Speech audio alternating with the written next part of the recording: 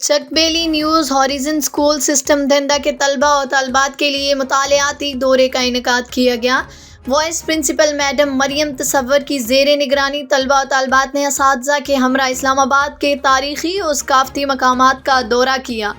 جن مقامات کا دورہ کیا گیا ان میں فیصل مسجد، یادگار پاکستان میوزیم اور ایوب نیشنل پارک بھی شامل ہیں۔